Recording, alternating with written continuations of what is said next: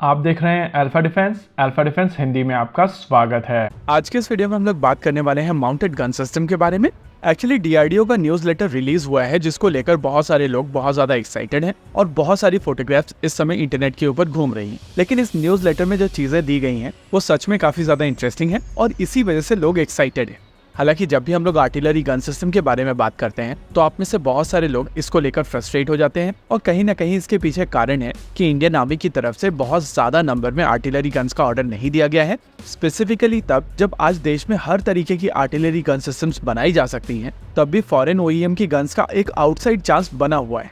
मेरा शुरुआत से ही मानना है कि आर्टिलरी गन सिस्टम में अब बाहर से कोई भी गन अक्वायर नहीं की जाएगी, लेकिन जो लोग फ्रस्ट्रेटेड हैं उन लोगों की इनसिक्योरिटी को आप अंडर द कारपेट ब्रश नहीं कर सकते हैं, क्योंकि हिस्टोरिकली जो चीज अर्जुन टैंक के साथ में हुई थी वो लोगों की मेमोरी के ऊपर एक ऐसा स्कार छोड़कर गई है जो तभी भरेगा जब एटैक्स को बहुत ज्यादा नंबर में इंडक्ट किया जाएगा।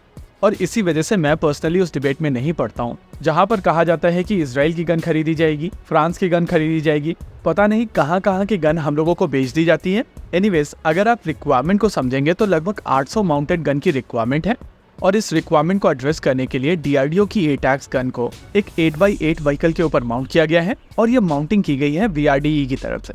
इस माउंटेड गन सिस्टम को पहली बार हम लोगों ने गांधीनगर के डिफेंस एक्सपो में देखा था और आप सभी को याद होगा जब ये शुरुआत में इंटीग्रेशन प्रोसेस शुरू हुआ था तो हम लोगों ने सबसे पहले इस चीज को रिपोर्ट किया था। इंटरेस्टिंग चीज ये है कि इंडियन आर्मी की तरफ से इस गन को ऑलरेडी टेस्ट करना शुरू कर दिया गया है। पहले इस गन के मोबिलिटी ट्रायल्स किए गए थे जहां पर इस गन ने अपनी सारी रिक्वायरमेंट को पूरी तरीके से मीट किया है। इनफैक्ट जो एक्चुअल रिक्वायरमेंट थी उनको इस गन ने एक्सीड किया है। उसके बाद पोखरण टेस्ट रेंज में इसकी टेस्ट फायरिंग भी की गई है और टेस्ट फायरिंग के दौरान भी जो रिजल्ट्स निकल कर आए हैं वो इस समय वर्ल्ड में जितनी भी माउंटेड गन सिस्टम्स अवेलेबल हैं उनसे बेहतर हैं। यहाँ पर एक कंपैरिजन चार्ट दिया गया है जो डीआरडीओ के न्यूज़ लेटर में भी निकल कर आया था और अगर आप इसको ध्यान से ऑब्जर्व करेंगे तो इसमें वर्ल्ड की सारी 155 millimetre 52 calibre mounted gun systems को कंपेयर किया गया है। इसमें इजराइल की एटमॉस, फ्रांस की सीजर, चेक रिपब्लिक की सुजाना, सर्बिया की नोरा और इंडिया की एमजीएस है और यहाँ पर 4 इंपॉर्टेंट कैटेगरी में इनको कंपेयर किया गया है। पहला पावर टू वेट रेशियो, दूसरा मैक्सिमम रेंज, तीसरा मैक्सिमम रेट ऑफ फायर और चौथा मैक्सिमम स्पीड। इन सभी कैटेगरी में इंडिया की माउंटेड गन सिस्टम दुनिया की इन सभी बेस्ट माउंटेड गन सिस्टम से न केवल बेहतर है बल्कि सिग्निफिकेंटली बेहतर है।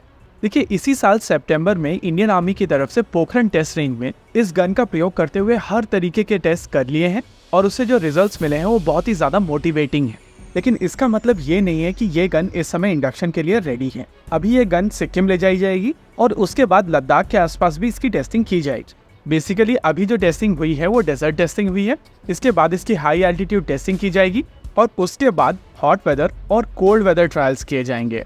बेसिकली ये नॉर्मल प्रोसीजर है और इंडियन आर्मी की तरफ से ये प्रोसीजर हर एक वेपन सिस्टम की टेस्टिंग के दौरान फॉलो किया जाता है।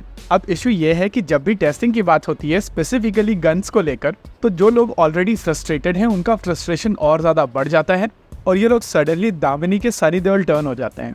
अगर इस गन की टेक्निकल स्पेसिफिकेशन की बात की जाए तो ये 155 मिलीमीटर 52 कैलिबर की माउंटेड गन सिस्टम है जो बेसिकली एक 8x8 व्हीकल के ऊपर माउंट की गई है। इसका power to weight ratio 10 kilowatt पर टन का है। इसमें 6 का क्रू होता है, 17 टन का ये पेलोड कैरी कर सकती है। फायरिंग के दौरान ये 30 डिग्री का एजिमल और 72 डिग्री तक का एलिवेशन प्रोवाइड करती है। सबसे इंटरेस्टिंग चीज ये है कि ये गन 80 सेकेंड्स के अंदर रेडी टू फायर मोड में आ जाती है, यानी कि आपकी जो शूट एंड स्कूट कैपेबिलिटी है वो बहुत ज्यादा फास्ट है और एक्चुअल वॉर सिनेरियो में ये बहुत काम आने वाला है।